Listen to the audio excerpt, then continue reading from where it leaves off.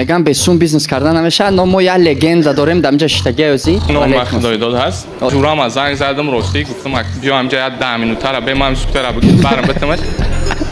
میگن کو نیمه 100 روبلی اش چی؟ ایمه 100 روزه. موسکلات بور زدگی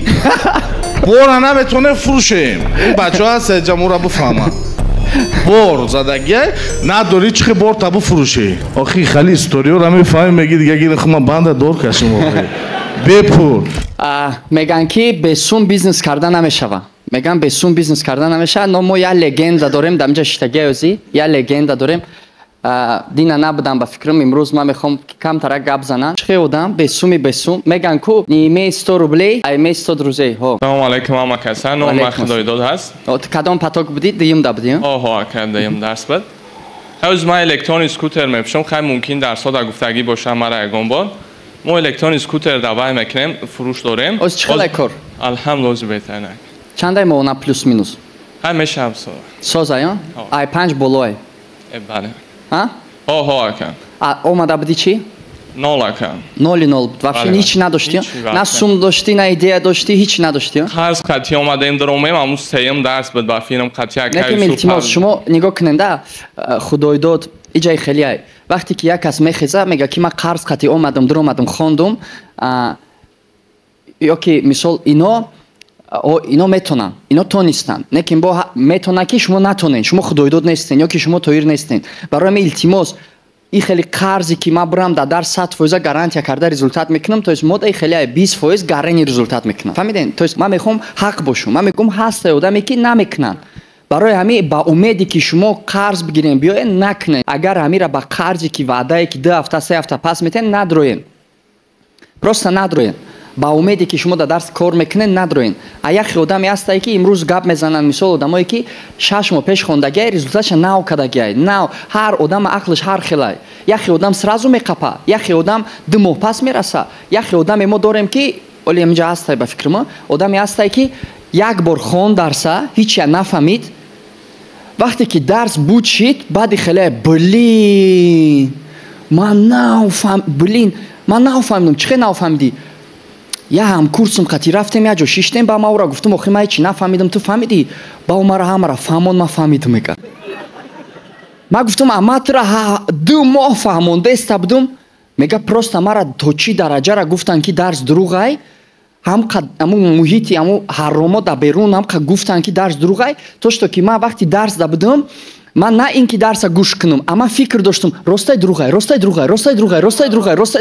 میگم من پوزیسیون اتسنشیک دادم تیپا راستای دروغه با یه وقت فهمیدم که درس بود شد با فهمیدم که راست بوده اما همه درس فقط فکر کردم که راستای دروغه بعد چیکار کرد بعد دیم پاتوک درآمد و در دیم پاتوک رزولتاتی زور کرد التماس سومتون اسراف نکنین سومی کلان расход نکنین که بفهمین که راسته یا دروغه اول این همی 2 روز دا انیق کنین با خودتون که همی چیز شما در کار یا نه که وقتی در اومدین پروستا برای فهمیدن راسته یا دروغه این قسم نتین قویل شوین که همی راسته با خودتون مثال بچهای شاگردایی که خوندگی ان قچون میتونن گپ زنن بعد بدروین یعنی با عقل خودتون уже در حالتی که هستن اومدین فکر نکنین که так بس انا گپش دروغه اینش راسته خاینش میشوه انش سازه بعد اخیر دمه بیاین شما با جایی که یک چیز خودتون دا بگیرین شما میگین tak 5 گپش راست بود 2 گپش راست نبود و 3 گپش خیلی یعنی برای همین قرض گرفت نکیم شما التماسی کار نکنین با قرض نکنین بعد این خیلی شده مقصد ما امو اینترنت مگزین هوی کردیم اینال مقصد اسکوتر بود با یگان سوم نداشتیم امو تارگت $2 ممکن است 3 روز سر دادیم امو $6 شد یک 100 نفر نویسنده است هر روز می نویسندن مقصد فروختن نمیتونستیم مقصد درباره اسکوتر یگان معلومات نداشتیم و هم 10-20 کس در روز زنگ میزد ماتورش خیلی مقصد ما معلومات نداشتیم بعد رفتم یک روز کارمون یک روزی ساده مقصد معلومات یاد گرفتم درباره اسکوتر در کلین زنگ زد گفت فقط اسکوتر در کارای سراچ نه مقصد گفت بگیره با پرافسایوز بیا کسی که درسی پروداکت داد خیلی بود کلینت سراچ نه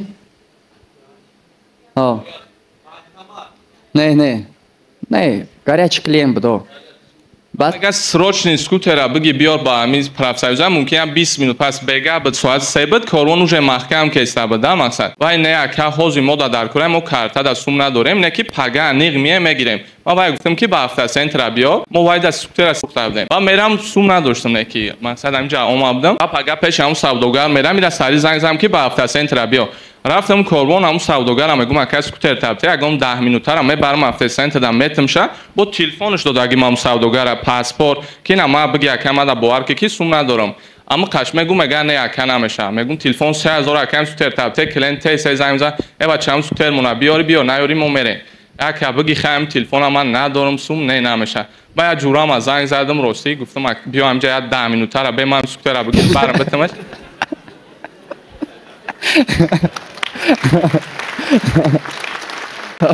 بعد چی؟ بعد یکم فروش هم بدم هم جورام گفتم 10 minút تایم جا به جورات زالوگ موندی آها گفتم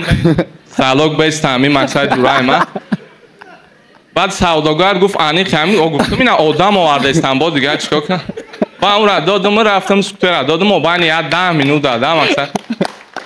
همون را فروختم ما اینجا فایده کردم بعد اومدم اکای سامان اونجا هستن زنگ شون گفتم ما یا تا فروختم بیا رکلام کنیم ما پگاش رکلام کنیم بعد الحمدلله کیازی گفت دیگه با هم سوداگرو قطیاز یک سه تسکلا 4 تا مغازین همکاری کردیم اما سوداگر قطی دالش کار کردی یا حالتی اومد که تو ازی وابشه قطی تو ایودا زیاد فروختن سر کردی خدای داد رزولتاتش به حد زورای او آدم چند قشی در سایه سکوترای ممکنه از سال زیاد بوده کار کرده استاد او آدمه تو نوامدی اما 2 روز دوشه اما یه موبایل یه هفته ده 3-4 تا میفهمم مثلا روزانه او چی؟ او ممکن 2 دانه 3 دانه که سال کار کرده یک سال بود در کاروان سودا کرده بود باری خودش بود مغازین داشت یا تا 2 تا میفروخت درآمدی ایودا بسیار فروختن سر کردی بله بیا گفت ما مغازین میگیریم مثلا در گام جا مغازین میگیریم بار میتیم کار کردم من گفتم باور کرد امو روزا اومدم تر هزارت امور دیم ما را باور نگیم و جوران و تا مغازین ما میگیریم بعد از کلادا هست الحمدلله خاص کلادا که پریامو خیتای میان کار کرده است از پریامو خیتای قطی میکنه ها میارم اینجا چون صبرت کردن خاطی یا کار کرده است من میگم کن هر یه آدم حقیقی چه نه هر یه آدم میخواد اینجا گپ زنه یا کس مور خیلی اکل التماس مرانه که همه خشت رو قرض میپرسن با ما بهشوخی راست میگن نه که خیلی این بالش پرابلم خشت تبارو نیست این پرابلم شما که شما نگفتن نمیتونین بهترین رحمت کلان خدای داد شما میتونین سوم نداشته باشین نه که من باوری دارم رنگ خدای داد هر یک تا شما رفیق دارین که در امو سکلاد یا که در مغازین زالوگ بمونه جراتونه برای همین مقصد این گپا چی بود مقصد این گپا همین بود که تجربه در کار یا نه زورای تجربه نه که تجربه بوم فینتوی میتیم که تجربه را زمینیت کنی یعنی تجربه بگیم بالون باشه او چیزایی که ما میتیم زپاسکای اوزی خیلی ایده شاید سلام علیکم نام من نورلو یا بار نام کنم کن دوستان امی یا بند بیار بند من جاخم دور کشم ایش به پول اومده وایش مانتو اوش قرود وایش سکوته موسکلات بور زدگی بور نمیتونه فروشیم این بچه ها سجا مورا بفهمم بور زدگی نداری چخی بور تابو فروشی خواهی اومدیم با پیش نوید اصلیت کردیم در اومدیم ولی چیزایی میگه که کرانیک اینا جمع سیر کلاس اومدم تارگتا نومیرو را موندم گفتم که مرا هیچ که قام نتیا ساعت دیتا 11 و چند بود ایجا رفتم گفت ما تلفن همین تارگتا ما سر مونه همش هم گفت آیا بده باید سرشون سر نشتم 2 تا $5 کی گفت времени мондум ша вай бояд аябет саршва авқот хира ман гуфтам ду одам менависонатам ман мерам миём хай гум гап нестай ман иҷо омадам ай ҳамин нависондана сарш кардия 2 та $5 таргет хати 240 та лид омадай ҳами хали 3 та бо қапидай аки ин рӯз бояд савдо шава чӣ маҳсулот холодильник мефурӯшам аймод минимальный чек 2,5 охи хали историёра мефаҳмӣ меги дига гир хума банда дор кашем охи бепул таҷриба ҳозир таҷриба мега мо ҳамин нижни билёи занаки сар карда ба палатни ба фақат дар дуруни пул гаштаем ҳамаи ҷо тоира пурсим ҳамин автобус нарафтаем қирған рафтаga қирған хуҷанхан ит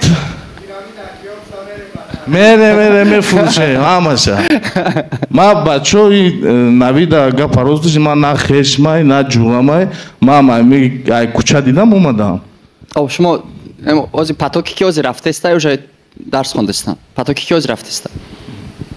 и ҳами краник мегатона агар дуромадем дарс баъд мефаҳмем чи ай ман медуромадум склад медидум мегуфтум вой дод хай нашид дигар вақте худ тоқаймони баъд ман фикр кардам ки ҳамин чизоро бояд ман худам ёд гирам ояндада сатфес шумо ба чӣ фикр мекунед вақте ки мисол дар ҷои яка бошен шумо ба фикр мекунед можед ҳамин халадили қат ягон проблемае можед ягон идеяи дига гирифтан дар корай ранги як духтар хеста буд савол дод гуфт ака ман як проблема дорум чӣ саволи мара ҷавоб медодем чӣ ман пастелни билё овардум задум нашид кирта овардум задум нашид нижни билё овардум задум нашид чӣ овардум текстил овардум полотенцау ина чиз овардум задум нашид проблемада чи ай гуфтум проблемада ту да у чиз нестай проблема тамом раҳмати калом